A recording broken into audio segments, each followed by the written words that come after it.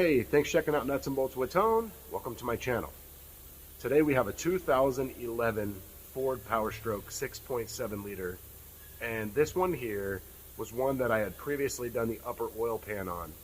And one repair I forgot to make on this vehicle. I'm going to show you how to make this repair.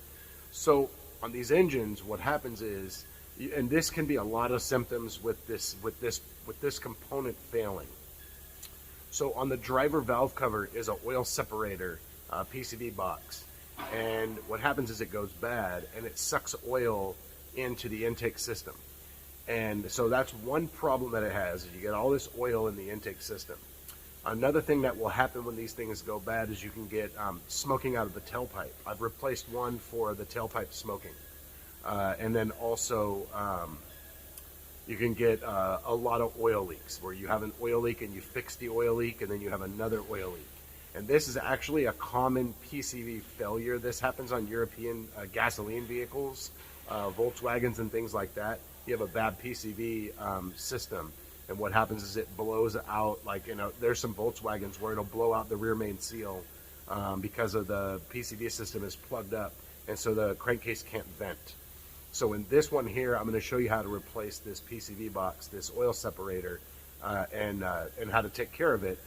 And I'm not sure if there's a mileage interval for it, but it's definitely, so back in the day you used to be able to change the filter inside, and then now you just replace the whole box.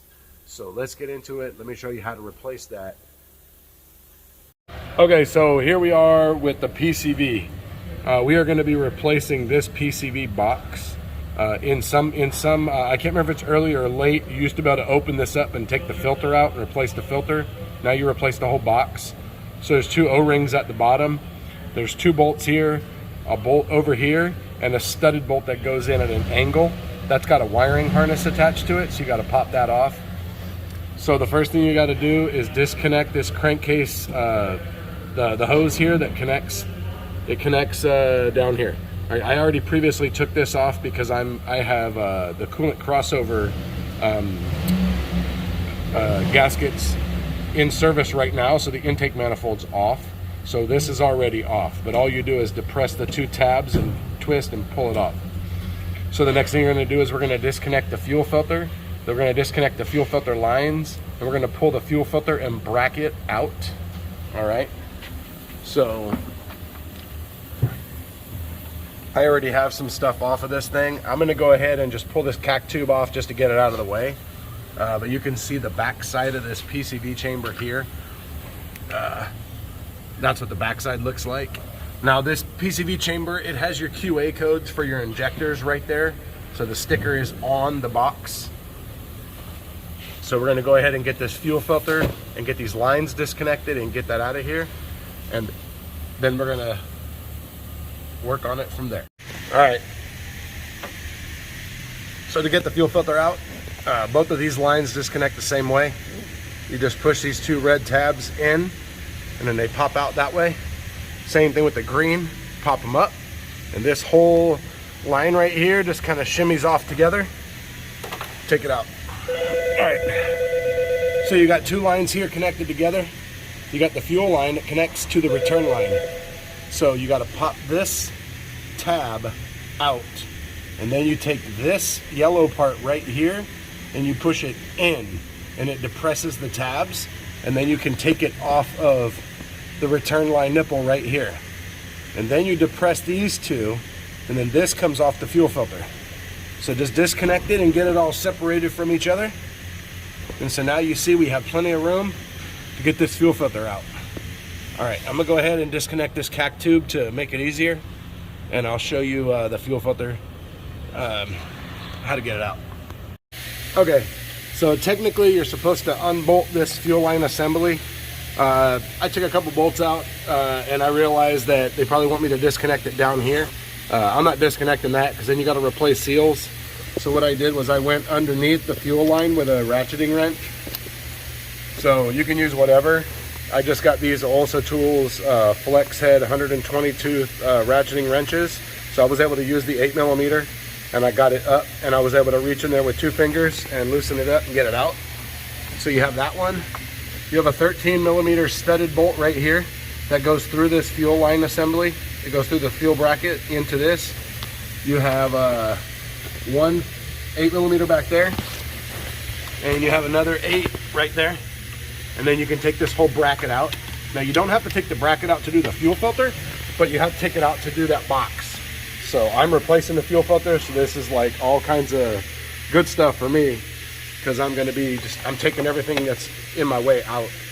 So now that we have that, we're gonna pop the clip off of the wiring harness back there for the studded bolt. And then we're gonna take off the three 8s. One there, 2 down here, and a studded bolt back there. And then we're gonna pop this box off. This box is a little tricky to pop off because it has 2 O-rings and it pops into the valve cover. So, all right, let me get these bolts off, show you what I'm talking about. Okay, all right, so I had it backwards. The bolt in the back is a bolt, and the stud is actually right there.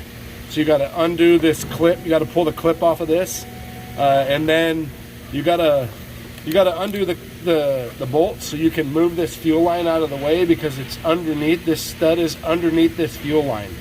So you've got to move this fuel line down like that, and you got to take out the 2 bolts. There's a bolt here, like right where that bracket is, right there on the other side. There's a bolt there, and then there's another bolt over here that's hard to see.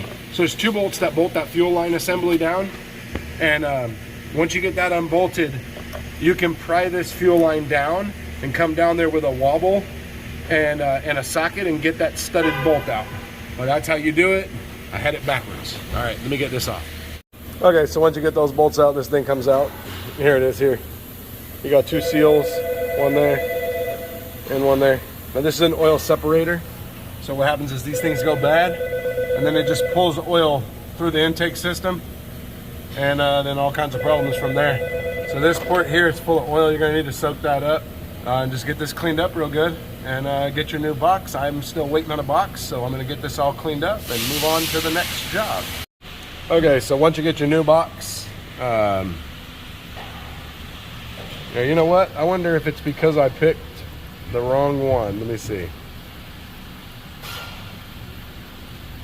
No, they show the same picture. All right, so it's 89 inch-pounds for those bolts. All right. So once you get your new separator, you're gonna go ahead and on the newer style, the crankcase hose is attached to it. On the old style, it separates. So this is the new style. This one does not separate. And here is the old style, which is the one I have, and this one separates. So if you ever break this, then you have to replace the whole thing on a new style. But anyways, it's 89 inch-pounds. So lube up your O-rings real good and make sure it's on there. Make sure these bolts are in and started, because you can see they're at an angle. So if you don't have this box properly down, these bolts are gonna be at the wrong angle, and then you're gonna cross thread them. All right. Okay, so I just got my oil separator, my PCV chamber, and there's the part number there. All right, so apparently the new style supersedes the old style. So if you have a new style, if you have an old style, it changes to a new style. So the new style has the hose connected, and it is not serviceable. So be careful disconnecting this hose if you have an old style, because then you have to replace this whole box. So there it is there. So we got a seal here and a seal there. So this is an O-ring, and this is a flat seal. So just make sure you lube these up before you put them in, and then it'll slide in. Like I said, make sure that this box is pressed all the way in, because these bolts are at an angle. And so if this box is not pressed all the way in, you will cross thread your bolts.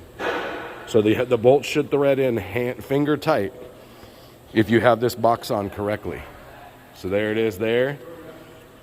And then it comes with a heat shield sticker. All right. So there's that. There's the part number. So now you can see the only difference between the old style and the new style is that the hose is not separate. You can't separate it. So there it is from underneath. So there's the end there, and there's the end there.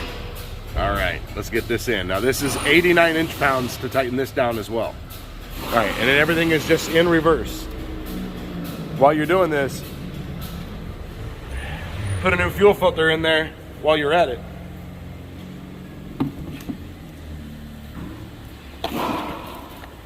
And there's the fuel filter right there. Comes with that one, and it comes with one for down low. So you got this fuel filter, and then you got another fuel filter there. All right, and that is how you do your oil separator. All right, so hope you enjoyed this video. If you have a 6.7, or if you're a technician working on a 6.7, maybe you're a gasoline mechanic, maybe you've never worked on a 6.7, whatever. Hopefully this gives you the confidence that you can go in there and make this repair a success without having any issues. Also kind of helped you with the fuel filter under the hood and how to disconnect the fuel lines and things like that, so you don't break anything, because all those things, you know, they're not cheap. So anyways, hope you enjoyed the video. Hit the like button, hit the subscribe button, and hit the bell. You get notified of all my future content, which you're definitely going to want to see. Also check me out on Instagram at Nuts and Bolts with Tone for my daily life as a mechanic. Also like to show you some tools that I'm using, and tools that I use before I get a chance to share them on a video.